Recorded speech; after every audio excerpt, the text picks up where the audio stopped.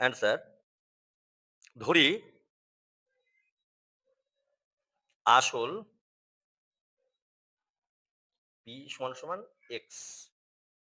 তাহলে ১ মাস কারণ মাসে বলেছে ১ মাস সমান তাহলে 1/12 বছর। এটা আমরা সবাই জানি। তাহলে সূত্রটা কি?